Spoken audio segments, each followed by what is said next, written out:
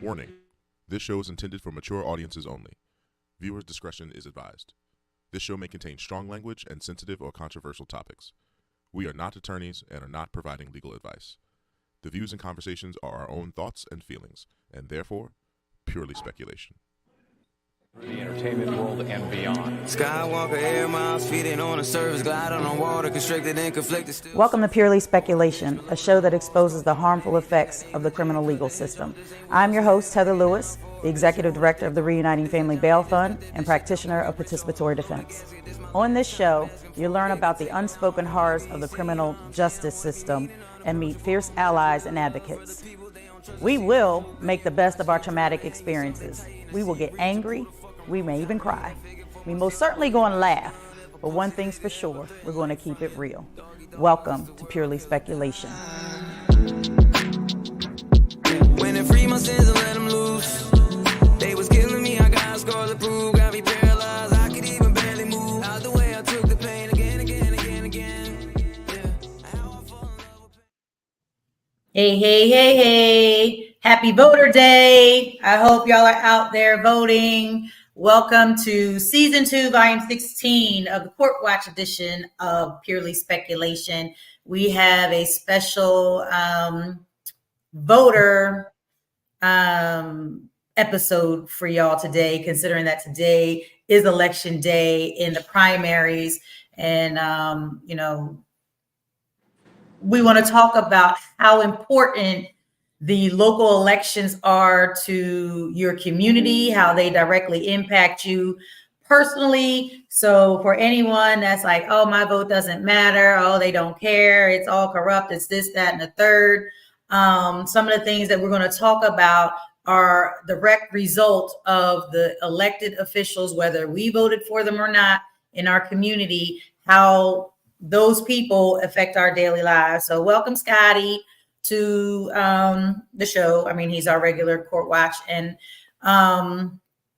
so before we get into some of the laws, you were a former council person for Norristown a couple decades ago. I was a former council person for Norristown, just finished out second term back in December of 2023. And so one thing, and Scotty, I'll ask you some of the ordinances and laws that y'all passed back when you were on council.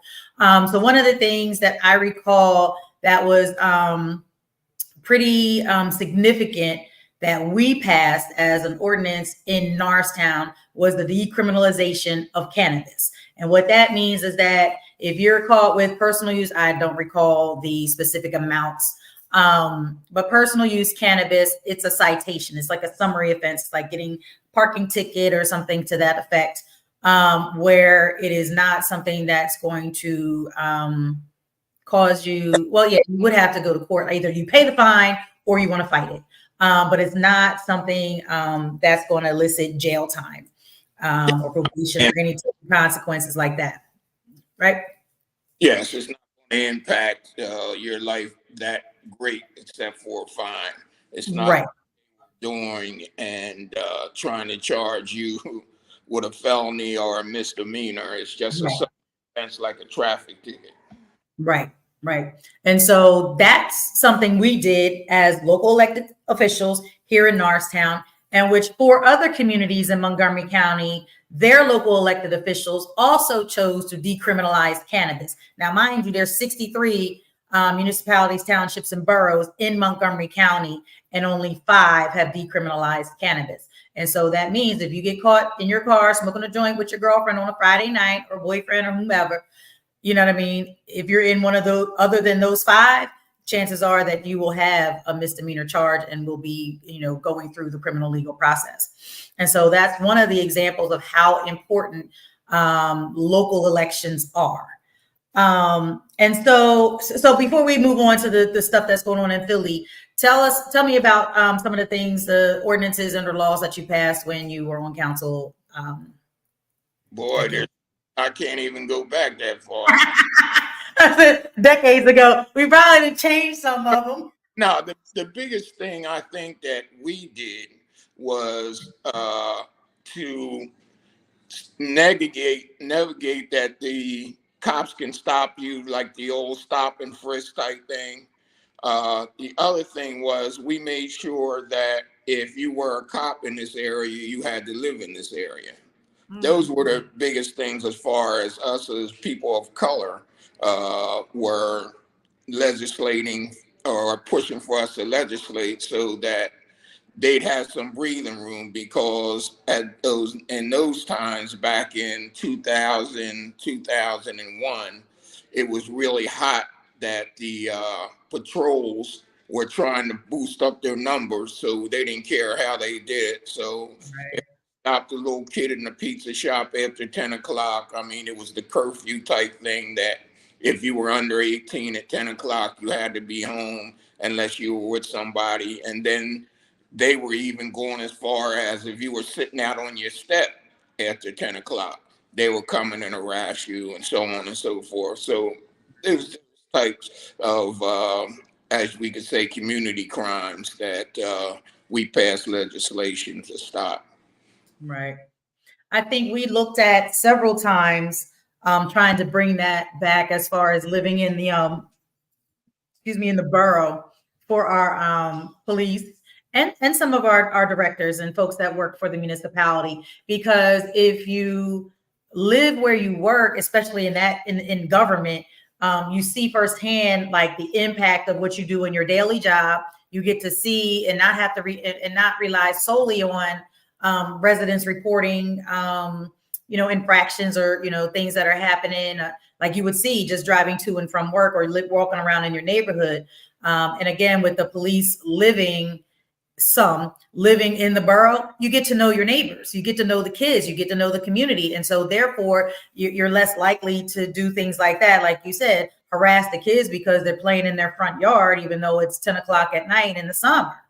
You know what I mean? And so we definitely looked at it. And now that we have a new police chief, I mean, it's up to the new council to, if they are interested or bring it to the forefront. As community members, we can go to a council meeting and, speak during public comment and say, hey, this is a concern of mine. I'd like to see more of our police officers being residents in the borough. And so, yeah, that stuff makes sense. And it's like, we can't talk about this enough when people are complaining and that, that something's going on in their neighborhood or whatever is going on in their community. And, they don't come to council meetings. They don't exercise their right to vote. Like they don't do any of these things. And yet, they're just grumbling amongst themselves instead of being proactive and engaging with the folks that can hopefully do something for them. And the other thing is, you will spend your paycheck in the area you live. The borough of Norristown is paying these police officers good, and they take their money and run. They're outside. Right. We don't even have a chance as merchants and as people to get a portion of that money back. They don't spend it. Right. Real estate taxes, any of the local businesses. Yep. Yeah. Absolutely right. Good point. And that's too. So we're going to keep talking about voting. You guys have 51 minutes left to vote.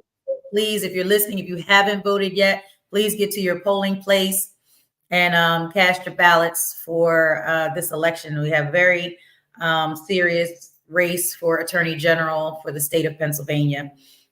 But also, too, which actually I noticed, at least here in Norristown, these local elections are not just like your council. It's your district judges. It's your Court of Common Pleas judges. It's your school board. You know what I mean? And so I didn't see, we just had an election last year for our local school board. So there wasn't a race for our school board, but it's our school board that's elected as well. And so the hiring and firing, the programs that they bring in, the budgets, all those things that affect your child's education is relying on the people that you elect to the school board.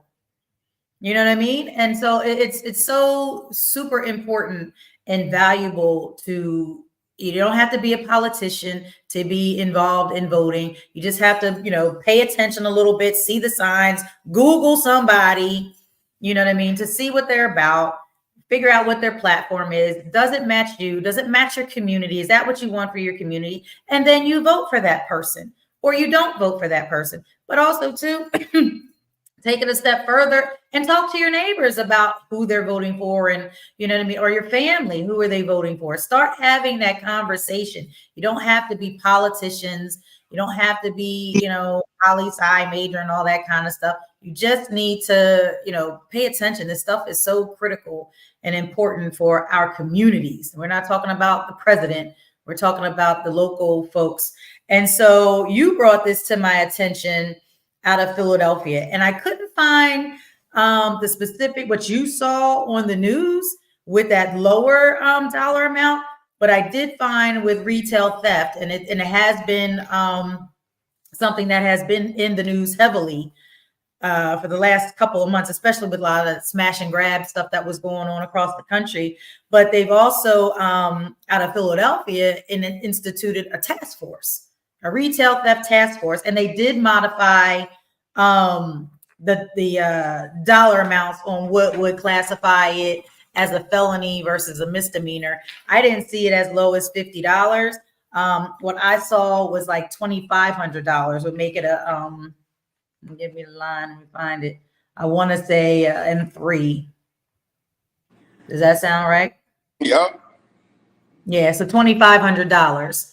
So that changes the game, a lot. And I think, and so I was talking with somebody, I don't know if it was Zach or somebody I was talking to figure out, like, why are they targeting this? Is it, the smash and grab? Is it this? Is it youth? What are these things?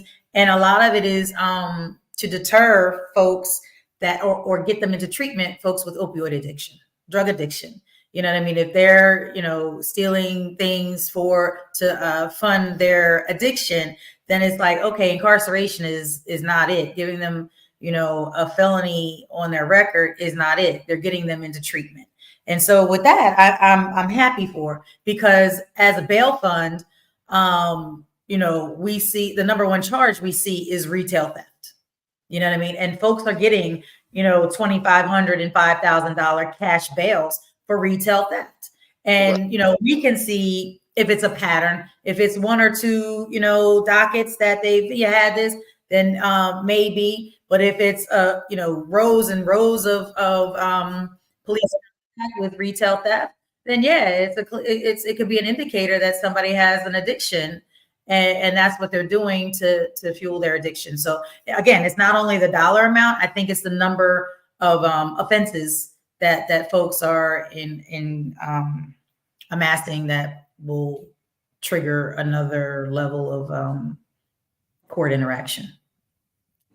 Yeah, but what really is the stunner on that is that if I get caught stealing for retail theft and you're giving me a doggone $25,000 bail for a pack of a toothbrush and some toothpaste, if I could afford to buy toothpaste and a doggone toothbrush, I would do that.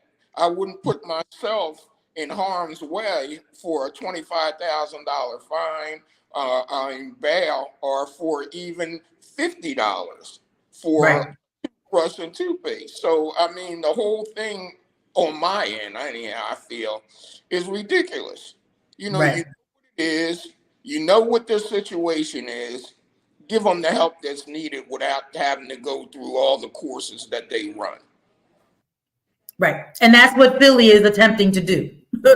You know what I mean? So what you were speaking of is what Montgomery County does. Yeah, but what they're doing is they're sending you through hoops and bounds to get to where you need to be, instead of doing a straight line shot and putting the help that you need in the force. Right. Well, I think that's where they're trying to get to, at least in Philly. You know what I mean? Let's be clear about what counties we're talking about. At least in Philly, they're talking about it. They're identifying it. Whether it's hoops to get to, treatment, so be it. It's not jail, right? Where Montgomery County, there ain't no hoops. It's straight to jail. You know what I mean? So, we compare Montgomery County and Philly a lot, where Philly You know, they have a lot of issues and they have a lot of crime and things like that are happening, but they take a very common sense approach to it as well. You know, they recognize that there's folks that have addiction. They're recognizing youth that don't have food. You know what I mean? I think they're looking at it in its entirety, not just, oh, this is a retail theft charge. Like you said, you stole something, toothpaste and toothbrush. They're actually looking at, okay, you stole toothpaste and toothbrush. What's going on? You know what I mean? Versus these smash and grabs and things like that. So, you know, we can debate whether or not we think it's good or bad. You know, like I said, it's the common sense approach to it. It's like, at what point, how bad do things have to get before the court system recognizes that there's something bigger at play here and something else has to happen, because you have the same people cycling through. But if those same people cycling through are funding the system, what incentive do they have to interrupt that? Because the system is getting funded, you know what I mean, by these folks that have addiction and mental health issues, you know, as they cycle, you know, in and out of the county. You know, so the funding has to come from somewhere else. It can't come from incarcerating people, and that's the issue, I think, that, you know, we have with retail theft and like these other mental health issues that trigger, you know, contact with the police. You know what I mean? I say this all the time, is that they are criminalizing health issues. You know what I mean? They've determined that substance abuse is a disorder. Okay, right. So that's a health issue. It's covered by insurance. So how is it that you get criminalized because you have a symptom of your mental health causes you to have contact with the police and they don't treat you according to your diagnosis? It's automatically criminalized, you know, instead of getting them the treatment and proper medication. Right. And depending on what judge you go in front of, you're going to carry your record. Some people say, well, if you go in there for 90 days, then we'll wipe your record clean to do so. Right. And other people are saying, well, I'm going to give you, okay, this judgment, but it's going to stick with you. Okay. So maybe next time you come before me, you won't be so lackadaisical about how do you handle the situation or what you do. So I think the other end of that, when we say about voting and who we vote for, is that that's one of the biggest things that it comes down to. Who's in there that's going to do what needs to be done for you with the situation that you're in and the problem that you have. A lot of these people are just in there doing the daily. They have no compassion, or they do not think outside the box about what this person is going through, what this person can handle and what they can't handle, and what they have to look forward to. If you put them in jail, you know, even if they don't have a job, at least they had a place to stay. And if they're in jail for any length of time, you don't have that. Right. So it's very important that we do our due diligence. Uh-oh. And I'm not even talking about what we need for the common pleas court, how the system. Right. Your Wi-Fi got a little jumbled there. It was a little unstable. Can you repeat that? It looks like you frozen again. We were both frozen, I think. Oh, all right. Let's say that again. Oh, I was saying was that we were talking about, you know, voting, and even at the level of the MDJs, it's very important that people do their due diligence so that we know who we're putting in these spots that we're dealing with, somebody who can have some compassion, somebody who thinks outside the box, that can understand the position that these people are in when he's taking a doggone toothbrush and some doggone toothpaste. And that whatever situation they do, impacts their life, whether they work or not.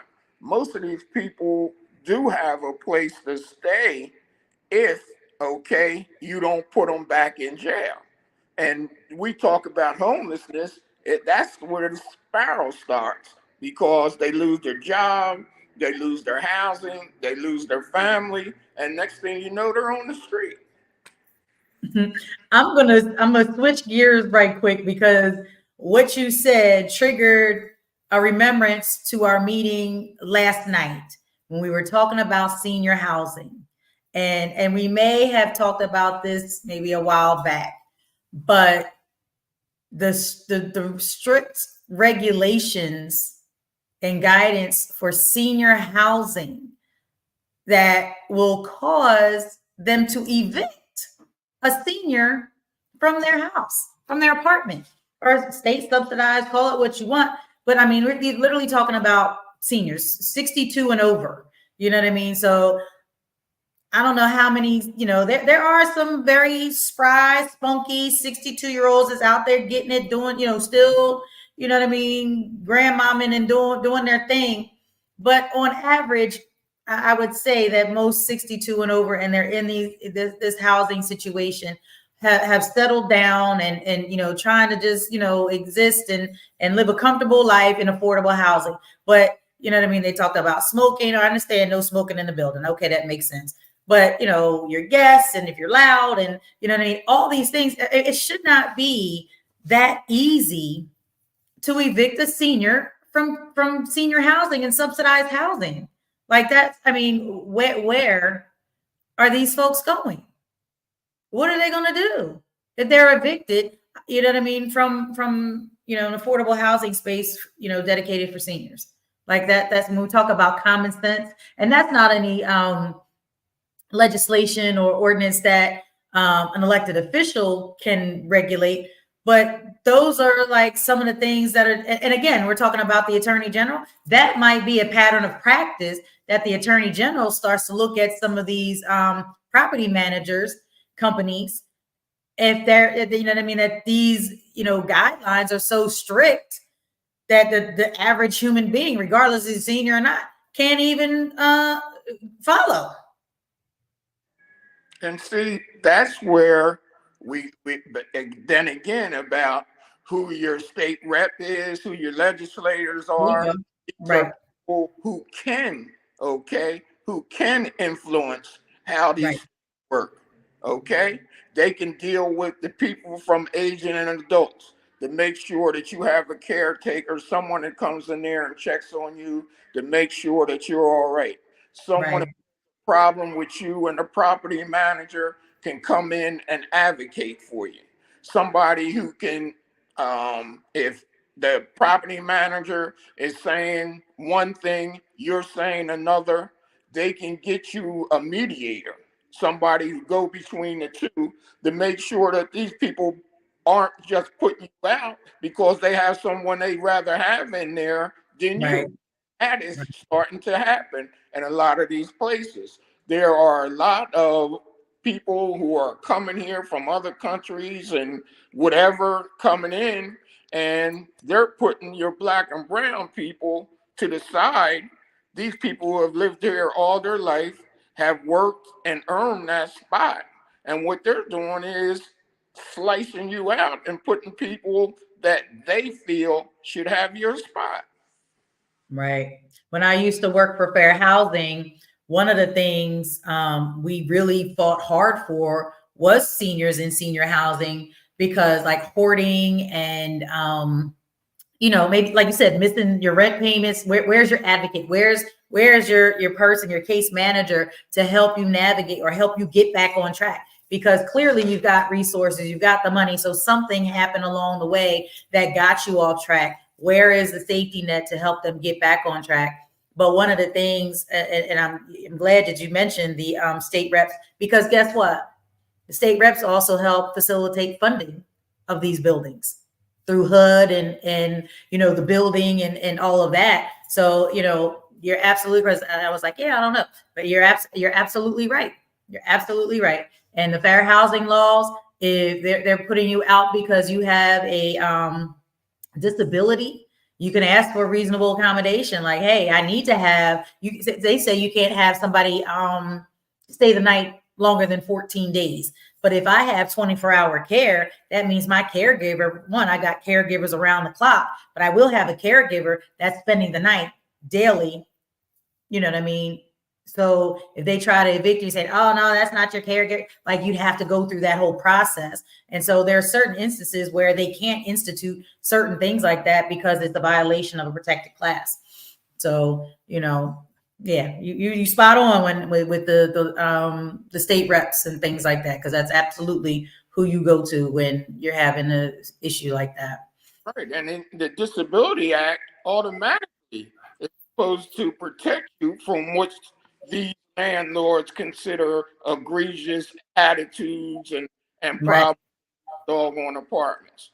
But man, it's egregious that you put me in a place, okay, and then feel as though you could hover over me and everything that I do, here you are knocking on my door. Right. Yeah, that's harassment. So-and-so said that, but it's just a means to try and get me out of there. Right. Well, waiting list. They got a waiting list for people. Right. There was something I was going to say. I lost my train of thought. So, so to all those who are watching, please like, share, and follow. You have 33 minutes left to vote. I don't know. I guess it's too early to see any preliminary numbers or things like that, but we are anxiously awaiting to see the outcome of the state attorney general race. And so if you haven't got out to vote, please get out and vote. I don't care if you turn off this podcast or have it playing in the background while you go vote, please go vote.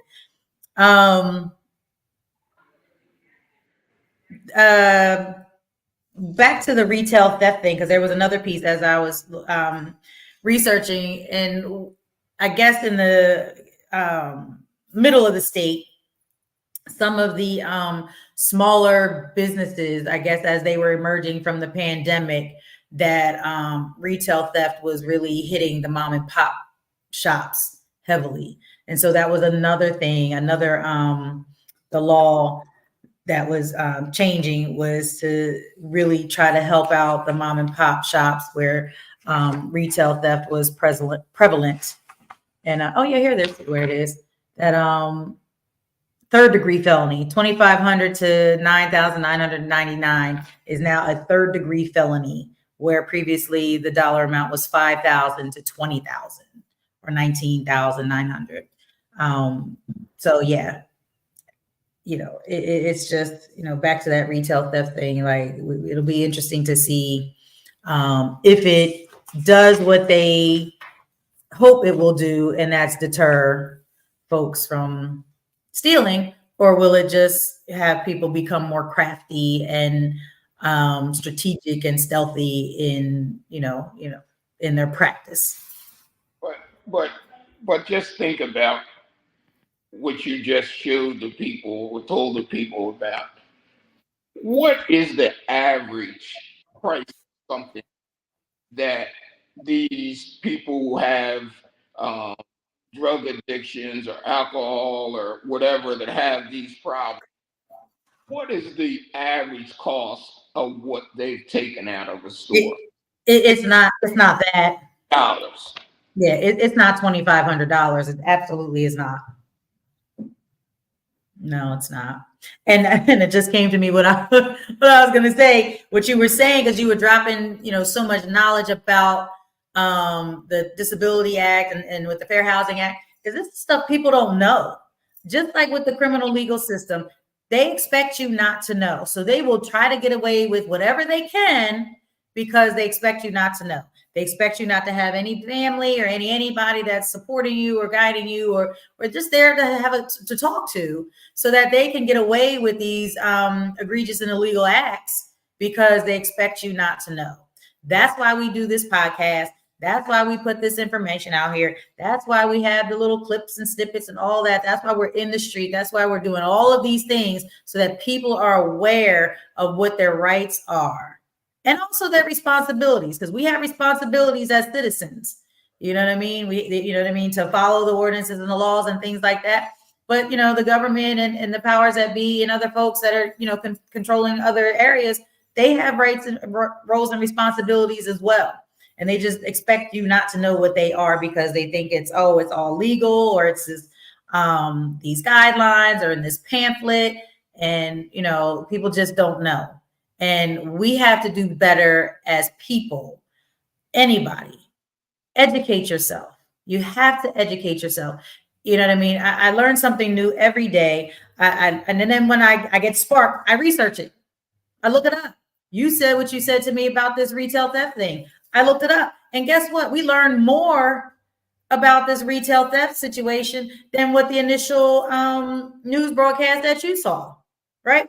Couple Google searches, and here we are. We popped up 3 or 4 different pieces of legislation around retail theft in Philadelphia, in the state of Pennsylvania as a whole. Like, you know what I mean? We all have, not all, 95% of us have computers in our hands every day. Use it. You don't have to go to the library and sit in the computer lab. And the other thing is, if you have a problem, stop being ashamed of what has happened and reach out to somebody to try and find the answer. Right, because it doesn't go away. Yeah, stop thinking that if I tell them, they're going to know what happened, so on and so. But you told this stuff to a lawyer that you're giving $5,000-$10,000 to, and seeing the day that you go to court, he doesn't even know you from a can of paint. But you'll give him your life story, and you're supposed to have a certain relationship with your lawyer. Right. I understand that. But not all lawyers have your best interests at heart. We do a program called Participatory Defense, where you come in and we go through your court case with you. And we can give you some do's and don'ts. We don't pretend to be a lawyer, but we have the potential to tell you what you should deal with, what you shouldn't deal with. You make up your own mind, but at least you're coming to get some knowledge about how to barter back and forth with a lawyer, so that you know whether he's sticking you or not. But if you keep all this in your head that, I don't want nobody to know and this and that, you're going to get screwed. 9 times out of 10, you're going to get screwed. And we're here to give you that knowledge that you need. We as Black and brown people have to stop being afraid of our own people and thinking that narrative, whereas, you can't trust him, you can't trust. That's the game that they play so that they can keep you in that box. Right. And we have nothing to lose or gain, you know what I mean, as the outcome of your case. We don't get paid. It's free. Right. We have nothing to lose or nothing to gain by supporting you through your case. Like, you're the one that has to navigate that system. And, you know, why would you want to do that alone? Why would you want to do that in solitude? And like you said, shrouded in shame. So the less you talk about it, the less opportunity you have to brainstorm and strategize and have, you know what I mean, how many 10, 15 people's perspectives of, this might be a thing. And, I had experience with, I had a run-in with this one, and, this attorney or that attorney and this judge and this DA and all these things. And like you said, I researched what the alleged crime, what the sentence carries, right? What the sentencing guidelines are. Google it. You don't have to know verbatim, word for word. What is Section 2B3 of the Pennsylvania, criminal code for such? You don't have to know all that. Google, what's the sentence for retail theft? I stole $1,500 worth of stuff. It'll tell you. And the other end of it is that 90% of the people in participatory defense have been where you're at. We've had problems. We've been incarcerated. We've had those things come against us. We've been before certain judges. We know what the system is. Yep. And we know what the going rates are. Right. So we know if you're being overcharged. We know when you're being sold up the river. We know like when the attorney tells you, they're not going to do something, right? We know you can do it yourself. You know what I mean? About filing motions. We have people that have the knowledge. You're one of those people about how to file a motion. You know what I mean? So if your attorney refuses, you can do it yourself. Right. And the other thing is, you gave that guy $5,000. He works for you. He works for you. And got the audacity to tell you I'm not doing that. It's insane. But again, like you said, they have you over a barrel because you presented yourself as desperate because you don't have the knowledge. You know what I mean? So they take advantage of that and they can tell you whatever, because what do you want to do? Especially if you're incarcerated. What other resources do you have? Where can you turn?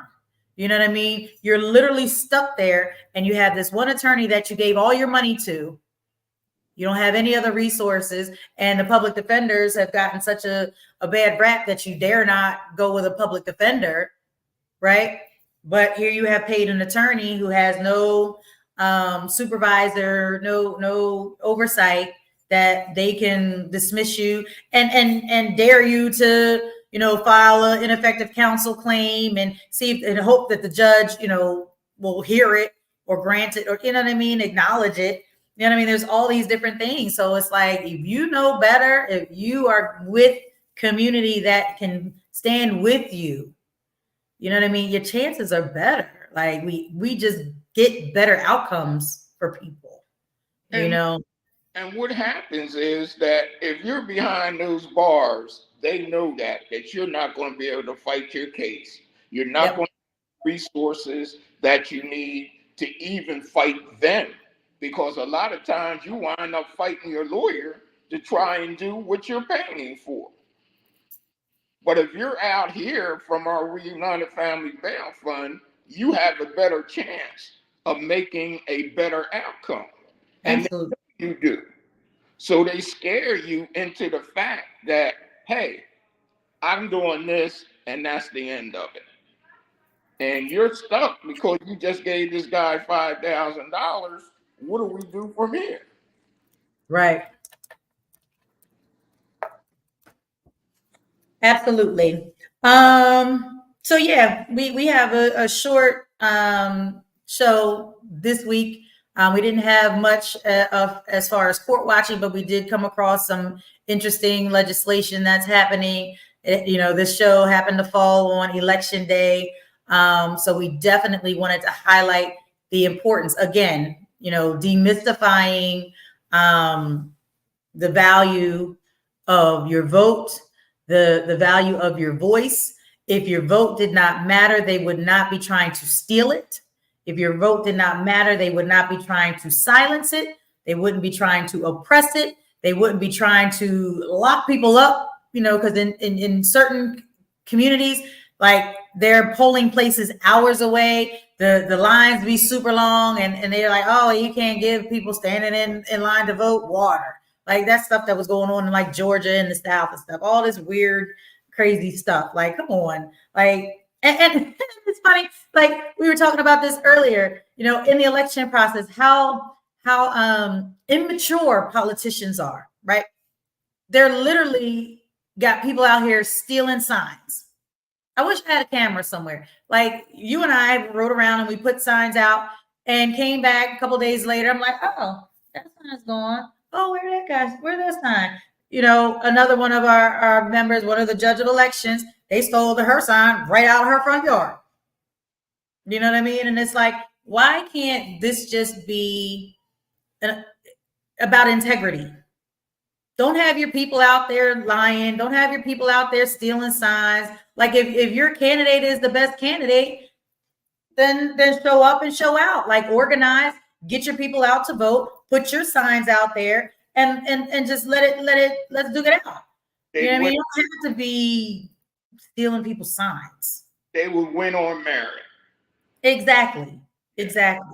And that's the stuff that, like, once we start really getting involved and really embracing how powerful our vote is, how powerful it is for our community, I think folks will start to see, we're starting to see it now. We're starting to see, different folks running for office and, things like that, and organizing in these spaces, volunteering. You don't have to pop out the gate wanting to be an elected official, but you can volunteer in a space. You can do something that's outside of your normal routine of what you thought was, and you're like, I ain't volunteering for nobody. I need to make some money. Like, no, step out, like volunteer, give back to your community. You know what I'm saying? Like, it's just, there's so many things that we have to unlearn and undo to get back to some normalcy. You know what I mean? We're just on a heightened, survival mode that nothing else seems to matter. And it's like, okay, you can relax some. Like, let's look at other things and see how we can enjoy life. Instead of everything being a fight and in survival mode. And when we're talking about something very important that we keep running away from is jury duty. Right. The court, we say, oh, look, there ain't no black folks on there. And there's no black folks, you don't get a jury of your peers if your peers run away from being on that jury. We need to understand that nobody's going to mess with your taxes. Nobody's going to run you down. Because knocking on your door. Okay? But until we can get enough people, okay, to come and be on a jury, we'll never have a clean slate. We'll never have a jury of our peers, and we'll never get a fair trial. You'll never get a fair trial if the number is 11-1, 10-2. You will not get a fair jury deliberation. So it's very important that we get on juries so that we do at least have some semblance of, hey, that black guy, I know how he feels. This happened to me. That happened. And white folks don't care about what happened to us or why this. If you're there, okay, you did something wrong, because you black people always do something wrong. That's why you're here. So we have to band together and realize that jury duty is not a bad thing. They want you to think it's a bad thing. They want you to stay away from it so they can stack the jury. You see what happened with your ex-president now. Right. He didn't put black folks on the jury because he said they didn't understand politics. So we, as a people, we have to do better for each other. Right. We got to stand in the gap. We got to stand in the gap. And if that means them, and what you say all the time, you think, oh, I don't know what them know where I'm at. When you know, they already know where you're at. Right. You got cameras everywhere. Cameras everywhere. You go to the store, they know you at the store. They'll find you in a couple of days. But a couple of things, and then we'll get to the what the fuck moment, and we'll let folks go. So you mentioned jury duty, and in our friend's backyard. So our folks is in San Jose, California, right? The founders and organizers of Participatory Defense, San Jose, California. Now, I don't know if that's still Alameda County. I don't think it's Alameda County because we have a hub in Alameda County. And so in Alameda County, I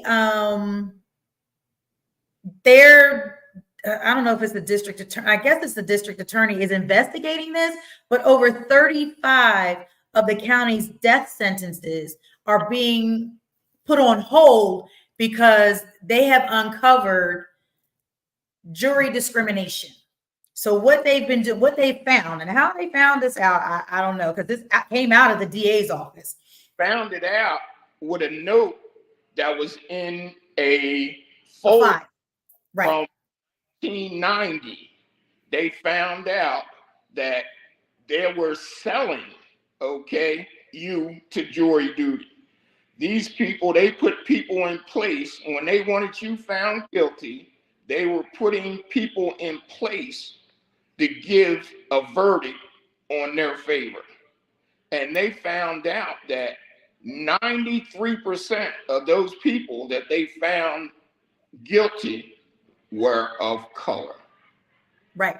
There was And the other, didn't let they didn't let blacks on, they didn't let right. I was going to say that's the other piece. no, all they wanted was all white juries.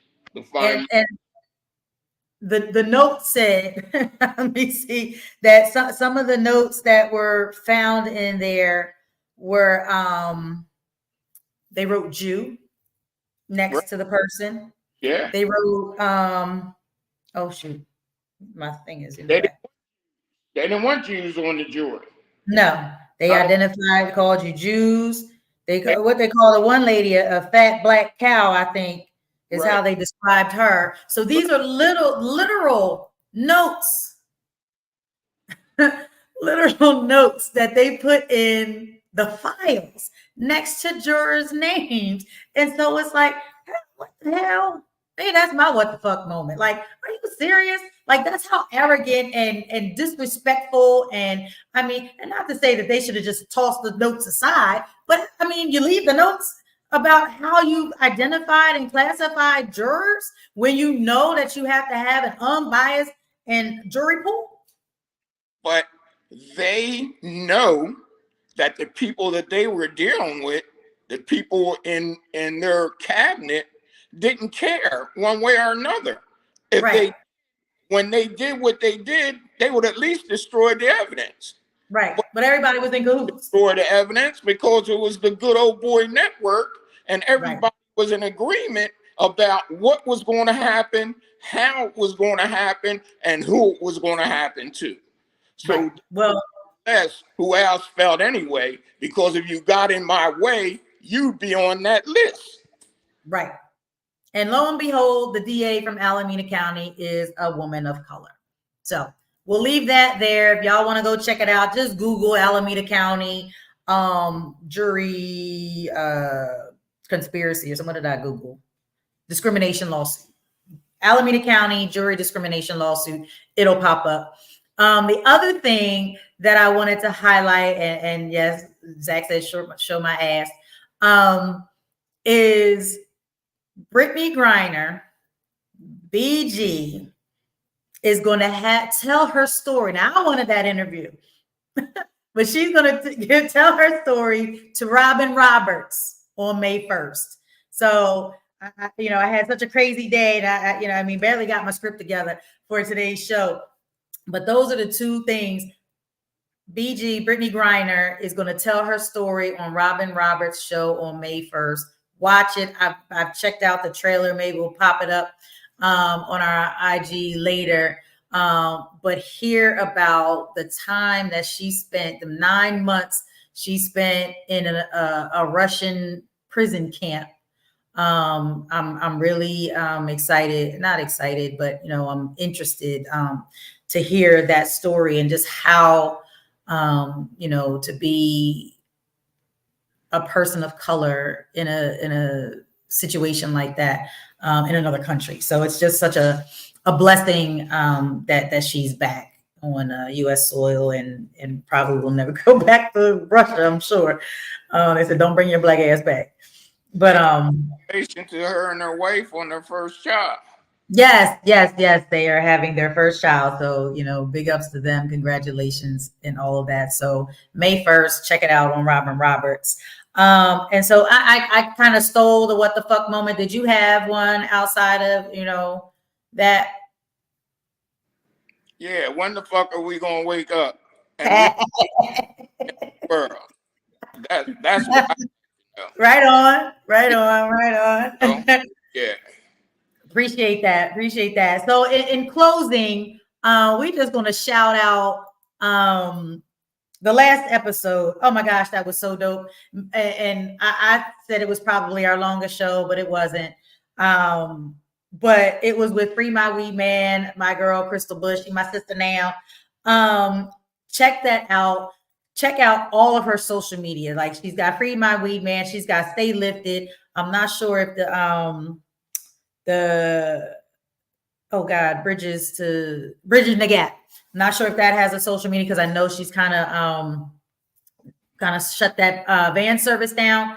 But she's just and she's doing all things cannabis legislation, you know what I mean, education, how in the dispensary world and in the industry, other Black women that are doing this, working in this space. You know what I mean? It was just such a dope show, part of our Cannabis Chronicles. So happy 420. That was on Saturday to all those that consume. Happy Earth Day. I think that was yesterday. And actually April is Second Chance Month. So there's a lot of stuff that's going on in April. Hit us up. Stay tuned. Please like, follow, and share. We're, I don't know if I can say, but we're almost at 100 subscribers on our YouTube channel. So that's exciting. We finally have more followers than we're following on Instagram. I know I'm corny. I was like, oh, I can't wait till we have more followers than what we're following. They're just like, stop following people. But anyway, we getting it done. We're getting there, you know, day by day, show by show. Are not on the list. You know what I mean? Kids, we got money. We got swag bags. We've got some really dope stuff to bless you with. So we're out there in the community. We're talking with kids to get them to tell their stories of their Black American heroes and sheroes. So, you know, get it done. Turn in your essay. Submit an essay, and you know, you can get a swag bag. So with that, I think we've covered everything. We have 8 minutes till the polls close. 8 minutes till the polls close. You still have time. If you're in line by 8 o'clock, they will let you vote. So if there's a line, get in it. Don't worry about them shutting the door on you. They have to let you vote if you're in line by 8 o'clock. And with that, I say peace. Vote. We'll report. We'll have some snippets. I'm sure you'll see the news tomorrow about who won these local elections in this primary of 2024. And then to the great Mr. Simmons, thank you and good night. Yes, thank you. Thank you for tuning in to this episode of Purely Speculation. If you learned something, share something. Please like, follow, and share this show. The more our communities know, the more they are empowered, and the faster we can create change. Purely Speculation would not be made possible without the generous support of the Community Justice Exchange, the Health Sparks Frank E. Boston Black Justice Fund, Philadelphia Foundation, and Reform Alliance. Thank you. Booyah! Intuition different, already lived and dreamt it. Visions make my vision clear as I'm jogging through this fog of life. Fall guys with the fox head, body and I'm all set. Baby, can you be my Cardi B on